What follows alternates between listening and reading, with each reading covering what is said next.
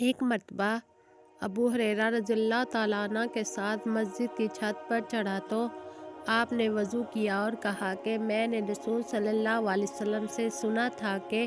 آپ صلی اللہ علیہ وسلم فرما رہے تھے کہ میری امت کے لوگ وضو کے نشانات کی وجہ سے قیامت کے دن سفید پیشانی اور سفید ہاتھ پاؤں والوں کی شکل میں بلائے جائیں گے، تو تم میں سے جو کوئی اپنی چمک بڑھانا چاہتا ہے تو وہ بڑھا لے، یعنی وضو اچھی طرح کرے۔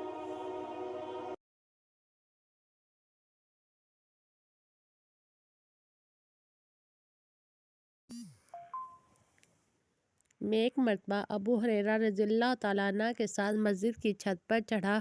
تو آپ نے وضو کیا اور کہا کہ میں نے رسول صلی اللہ علیہ وسلم سے سنا تھا